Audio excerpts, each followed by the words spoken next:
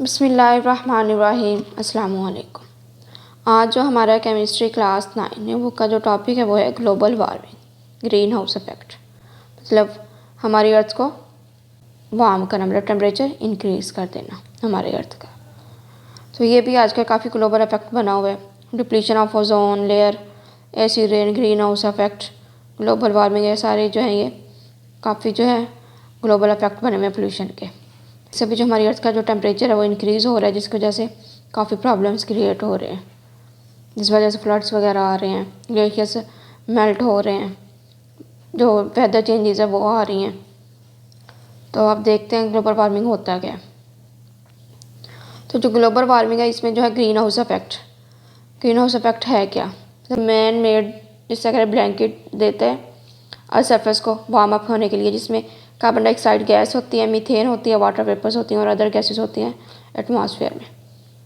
तो ये जो है ये अर्थ को वार्म अप करने में हेल्प करता है ग्रीन हाउस इफेक्ट। ये जिससे इसकी कॉमन एग्जांपल इस तरह ले लें कि जिस तरह अक्सर हम लोग रास्ते में जाएं तो किसानों ने प्लास्टिक बैग्स लगाए होते हैं बड़े बड़े, उनके नीचे सब्जियां लगाई होती हैं, वेजिटेबल्स वगैरह, ठीक है।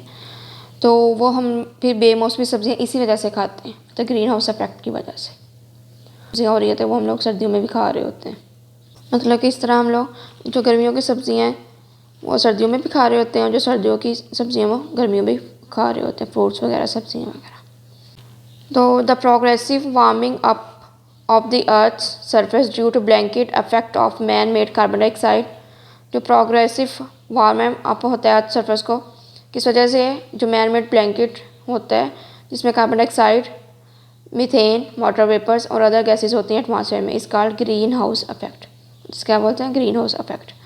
मतलब जो मैन मेड ब्लैंकेट की वजह से जिसमें कार्बन डाइऑक्साइड, मीथेन और वाटर वेपर्स होते हैं उसकी वजह से सरफेस जो है वो वार्म अप हो जाती है, उसे क्या बोलते हैं? Green house effect. जो कार्बन डाइऑक्साइड, मीथेन और वाटर वेपर्स और कुछ और गैसेज हैं वो एटमॉस्फेयर में प्रेजेंट होती हैं।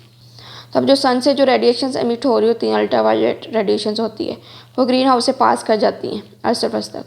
लेकिन जब रात को ये अर्थ सरफेस जब हमारी वो IR रेडिएशन निकालती है, जो लॉन्ग वेव रेडिएशन है, तो वो जो है वो ग्रीन हाउस गैसेस एब्जॉर्ब कर लेती हैं। तो वो दोबारा जो है वो स्पेस तक पहुँचने ही नहीं देती, मतलब स्पेस तक जाने ही नहीं देती। तो जिस वजह से जो हमारी अर्थ का जो टेम्परेचर है वो इंक्रीज़ हो जाता है, जिसकी वजह से ग्लोबल वार्मिंग काज होती है। ग्लोबल वार्मिंग की सबसे बड़ी वजह। The sun emits short wave radiations that passes through the greenhouse gases to heat the surface of the earth.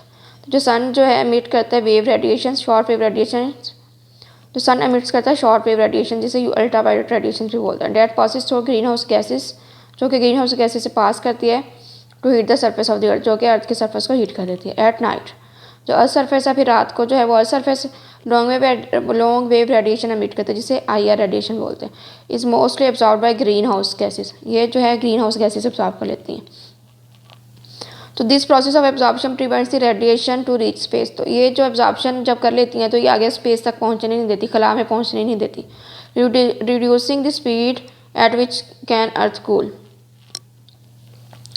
तो उस स्पीड को कम कर देती हैं जिसकी वजह से जो अर्थ है वो ठंडी हो सके, मतलब कूल ऑफ हो जाए, मतलब हमारी जो अर्थ है वो कूल ऑफ हो जाए, उसकी स्पीड को कम कर दीजिए। This increases the temperature of the earth and causes global warming. तो ये जो है अर्थ का टेम्परेचर इंक्रीज़ कर देता है और ग्लोबल वार्मिंग काज करती है। तो मैं दोबारा रिपीट कर देती हूँ, ग्रीन हाउस इफेक्ट है क्या?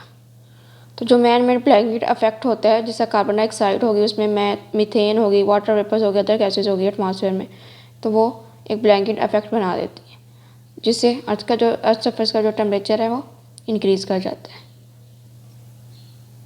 तो इसे क्या बोलते हैं? Green house effect. तो जो सन से जो शॉर्ट वेव रेडिएशन से निकलती हैं तो ये ग्रीन हाउस से पास कर जाती हैं अर्थ सरफेस तक, और जब रात को अर्थ सरफेस से जो रेडिएशन से निकलते हैं लॉन्ग वेव रेडिएशंस, जिसे IR रेडिएशन बोलते हैं, तो ये ग्रीन हाउस गैसेस से एब्जॉर्ब कर लेती हैं, ये स्पेस तक इनको पहुँचने नहीं देती। तो जिसकी वजह से जो हमारी ज़मीन जो ठंडी होनी होती है तो वो कम हो जाता है, उसका रेट रिड्यूस, उसकी स्पीड जो है वो रिड्यूस हो जाती है। इसकी वजह से टेम्परेचर इंक्रीज़ हो जाता है हमारी अर्थ का, और जो ग्लोबल वार्मिंग कॉज करती है। तो इस वजह से जो हमारे अब सर्दियाँ ऐसे ऐसा कम हो रही हैं और जो गर्मियाँ हैं उसका ड्यूरेशन ज़्यादा हो रहा है। अब इसमें ये कह रहे हैं कि जितनी ज़्यादा कंसनट्रेशन होगी ग्रीन हाउस गैसेस की, जिसमें कार्बन डाइऑक्साइड आ जाती है, मीथेन आ जाती है, वाटर वेपर्स आ जाते हैं, उतनी जो थर्मल रेडिएशंस की एब्जॉर्प्शन होगी, जिसकी वजह से ग्लोबल वार्मिंग जो है वो इंक्रीज़ हो जाएगी। जो उसका रेट है वो ग्रेटर हो जाएगा ग्लोबल वार्मिंग इंक्रीज़ होने का। Higher the concentration of carbon dioxide and other greenhouse gases. Carbon dioxide की कंसनट्रेशन और अदर ग्रीन हाउस गैसेज की जब कंसनट्रेशन हाई होगी, greater will be the absorption of thermal radiation. तो जो thermal radiation की एब्जॉर्प्शन है वो ज़्यादा हो जाएगी। तो greater will be the increase in global warming, तो ज़्यादा इंक्रीज़ कर देगी global warming. Do you know, जो ग्रीन हाउस इफेक्ट है, डिप्लीशन ऑफ ओजोन है, acid rain are global effects of pollution. अब ये ग्लोबल इफेक्ट बन गया पोल्यूशन का, मतलब पूरी दुनिया का ये मतलब ये प्रॉब्लम हो गया है। तो ये पूरी दुनिया में प्रॉब्लम आ रहा है ग्रीन हाउस इफेक्ट का भी, डिप्लीशन ऑफ ओजोन का भी, एसिड रेन का भी। आगे इनके सोर्सेज क्या हैं ग्रीन हाउस गैसेज के। सबसे पहले तो फॉसल फ्यूल्स है, जिसमें कोल आ जाता है, ऑयल आ जाता है, नेचुरल गैस आ जाते हैं। तो ये जो है कार्बन डाइऑक्साइड रिलीज़ कर रही होती है, मीथेन रिलीज़ कर रही होती हैं, अदर जो होती हैं गैसेज वो रिलीज़ कर रही होती हैं। और ये लास्ट 300 ईयर से ये हमारी जो एटमॉस्फेयर है उसमें इनकी जो कंसनट्रेशन है वो इंक्रीज़ हो रही है इनकी बर्निंग से। तो जो half of this carbon dioxide जो है वो इसमें हमारे प्लांट्स यूज़ कर लेते हैं फोटोसिंथेसिस के दौरान। जब प्लांट्स यूज़ करते हैं ना कार्बन डाइऑक्साइड और वाटर को लेके in the presence of chlorophyll and sunlight, तो ऑक्सीजन बनाते हैं और साथ ग्लूकोज बनाते हैं। तो ऑक्सीजन हम लोग यूज़ कर रहे होते हैं। जैसे जैसे इंसान तरक्की कर रहे हैं वैसे वैसे वो दरख्त काट रहे हैं, फॉरेस्ट जो है वो कट डाउन हो रहे हैं। तो वो जो अब जितनी कार्बन डाइऑक्साइड प्रोड्यूस हो रही है तो वो उतनी अब वो जो प्लांट्स है वो कम हो रहे हैं, तो वो यूटिलाइज़ ही नहीं हो रही।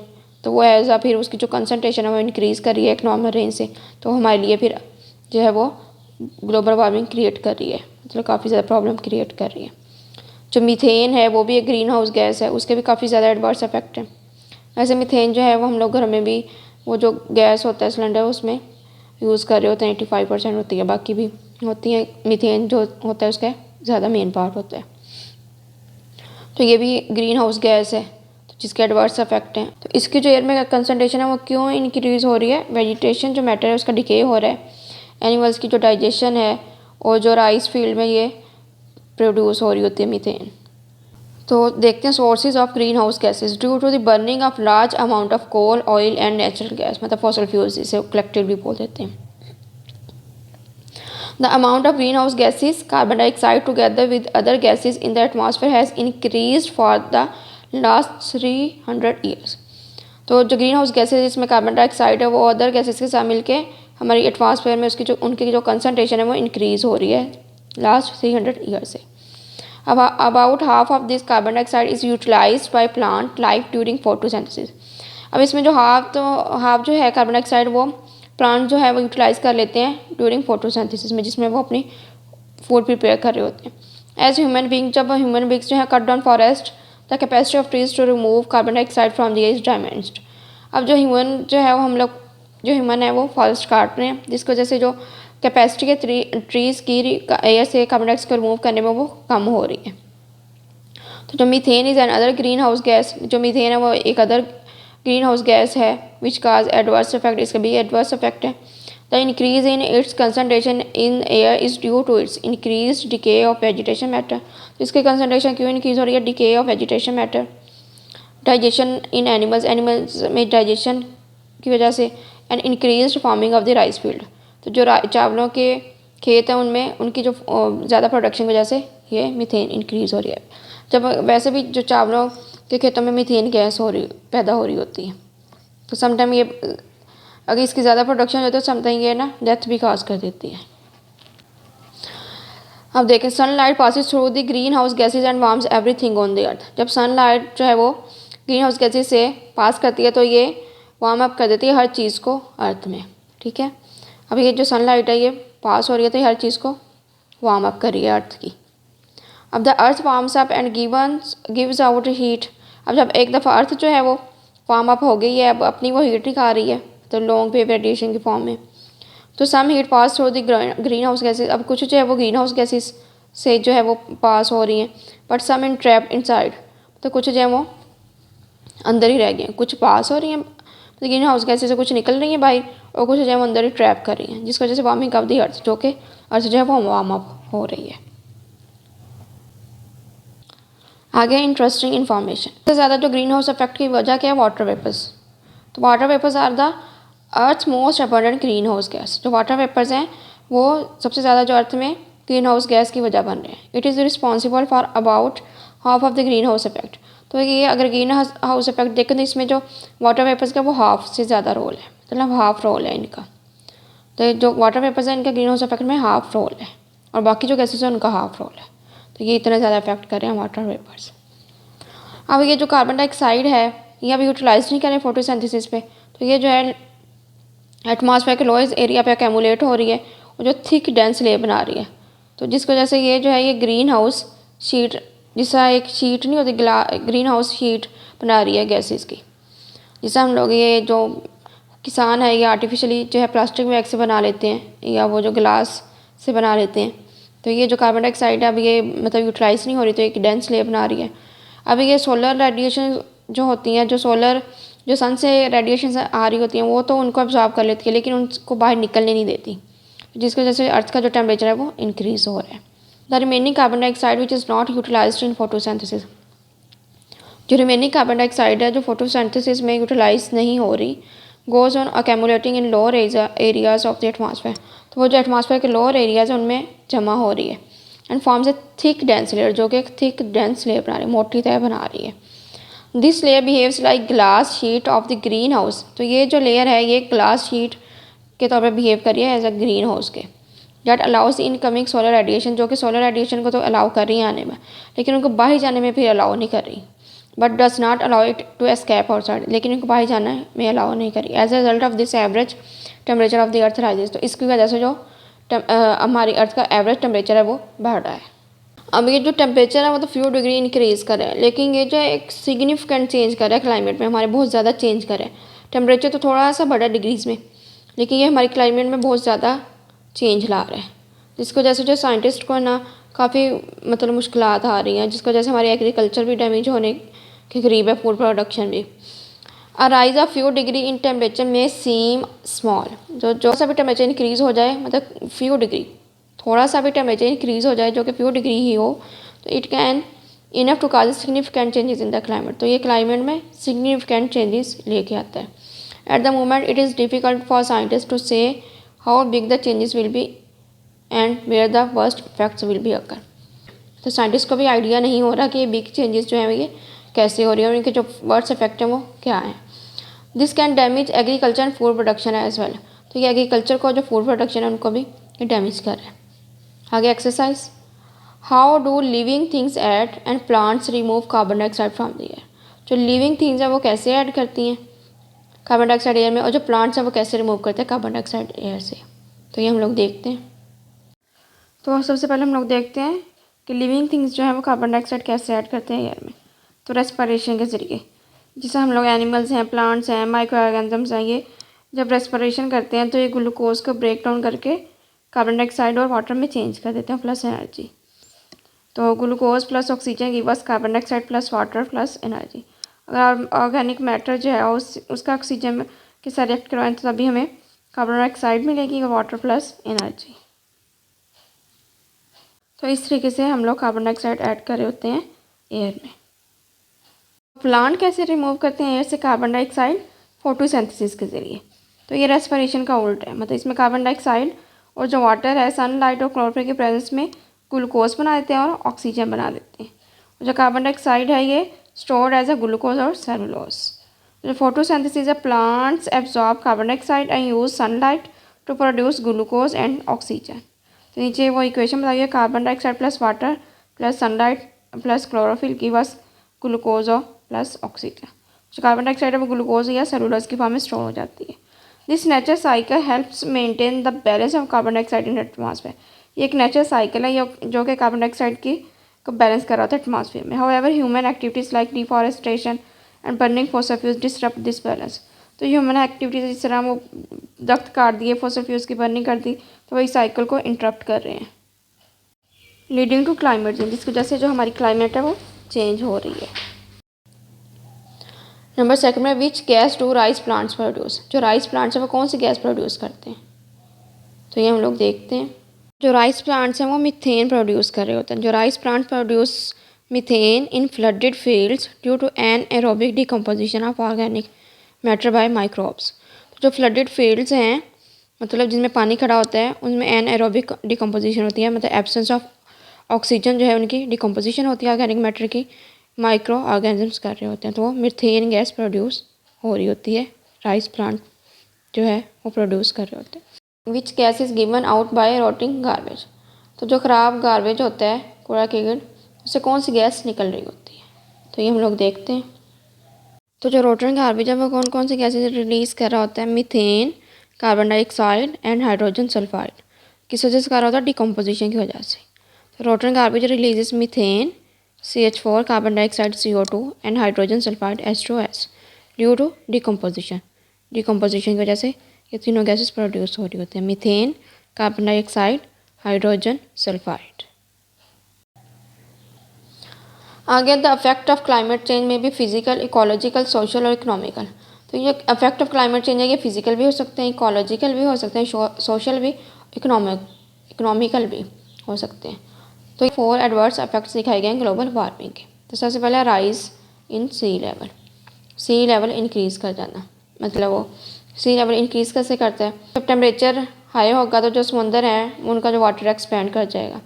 जिस तरह आइस है वो पिघलना शुरू हो जाएगी, अंटार्कटिक एंड ग्रीनलैंड, मतलब वो जो है वो सी में फ्लो करना शुरू कर जाएंगे, जिसकी वजह से सी लेवल जो है वो हाई हो जाएगा। फिनोमेना कहाँ पे ज़्यादा होता है ये खतरा? ये लोअर लेइंग कोस्टल एरियाज में of the world such as Netherlands and Bangladesh. तो ये जो नेदरलैंड्स और बांग्लादेश में ज़्यादा इनका खतरा है। Rising in sea level, high temperature will make the water of the sea and ocean expand. जो टेम्परेचर हाई होगा तो ये सी का जो वाटर है वो सी और ओशंस का वाटर है वो उसे एक्सपेंड कर देगा। Ice melting in the Antarctic and Greenland. Ice melting in the Antarctic and Greenland will flow into the sea and it results in higher sea levels. जो आइस है वो पिघलना शुरू हो जाएगी। तो ये वैसे भी अंटार्कटिका और जो ग्रीनलैंड है ये ठंडे इलाके होते हैं, तो यहाँ से जो फिर वो जब पिघलेगी तो वो समुद्र में जाएगी, जिसकी वजह से सी लेवल हाई हो जाएगा। This phenomena will threaten the low lying coastal areas. तो ये phenomena low lying coastal area में भी है of the world such as Netherland and Bangladesh और नेदरलैंड में भी। तो यहाँ पे ये देखेंगे दिखाया हुआ है ग्लोबल वार्मिंग कैसे आइस मेल्ट हो रही है और सी लेवल कैसे इंक्रीज़ हो रहा है। आगे इंक्रीज़ इन रेनफॉल, तो रेनफॉल इंक्रीज़ हो रहा है। तो रेनफॉल इंक्रीज़ कैसे हो रहा है? जब टेम्परेचर इंक्रीज़ हो रहा है ग्लोबल वार्मिंग की वजह से रेनफॉल भी इंक्रीज़ हो रहा है। रेनफॉल इंक्रीज़ होने से जो सी लेवल वो भी इंक्रीज़ हो रहा है, जिस वजह से फ्लड्स वगैरह आ रहे हैं। There may be enormous increase in rainfall in a few regions which may increase the C level. अब कुछ रीजन्स में जो है रेनफॉल इंक्रीज़ हो जाती है, जिसकी वजह से सी लेवल भी इंक्रीज़ हो जाता है। This ultimately cause world wide floods endangering survival of living species, जिसकी वजह से जो वर्ल्ड वाइड जो है फ्लड आ जाता है, जिसकी वजह से जो लिविंग स्पीशीज़ के सर्वाइवल को इंडेंजर कर देते हैं, मतलब ख़तरा उनके लिए कर देते हैं, तो उनके लिए रहना मुश्किल कर देते हैं, इंडेंजर कर देते हैं उनको सर्वाइव करने के लिए। आगे अफेक्ट्स ऑन एग्रीकल्चर पे क्या अफेक्ट है?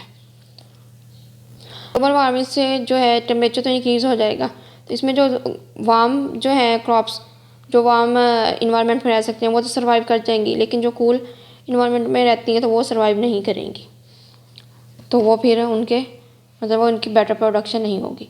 The changes in the weather will affect the type of crops grown in different parts of the world. जो अगर वेदर चेंज होगा तो ये डिफरेंट टाइप्स ऑफ क्रॉप पे जो है ये भी अफेक्ट करेगा, जो कि different parts of the world में प्रोड्यूस करवाते हैं। Some crops such as wheat and rice grow better in higher temperature.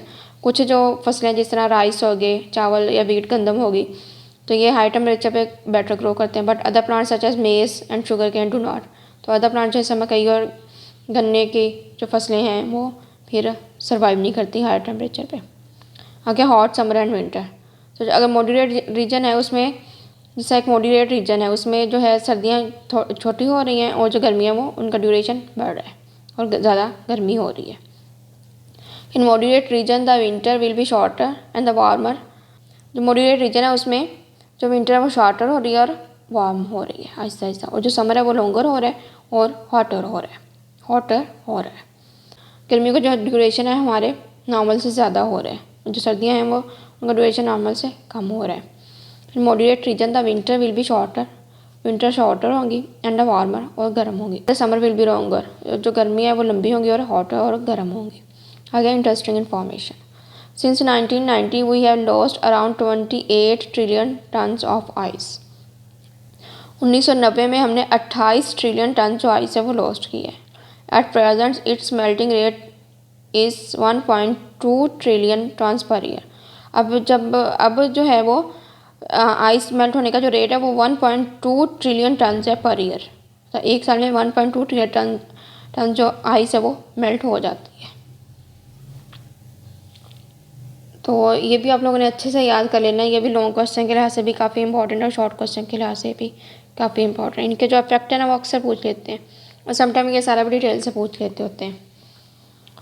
तो यहाँ तक था हमारा लेक्चर। अगर कोई क्वेश्चन है तो कमेंट सेक्शन में पूछ सकते हैं। अगर आपको लेक्चर अच्छा लगे तो अपने क्लास फॉलोअर्स के साथ शेयर करें ताकि वो भी इस लेक्चर से मुस्तफ़ीद हो सके। मिलते हैं नए लेक्चर के साथ, एक नई वीडियो के साथ, एक नए टॉपिक के साथ। तब तक के लिए अल्लाह हाफिज़।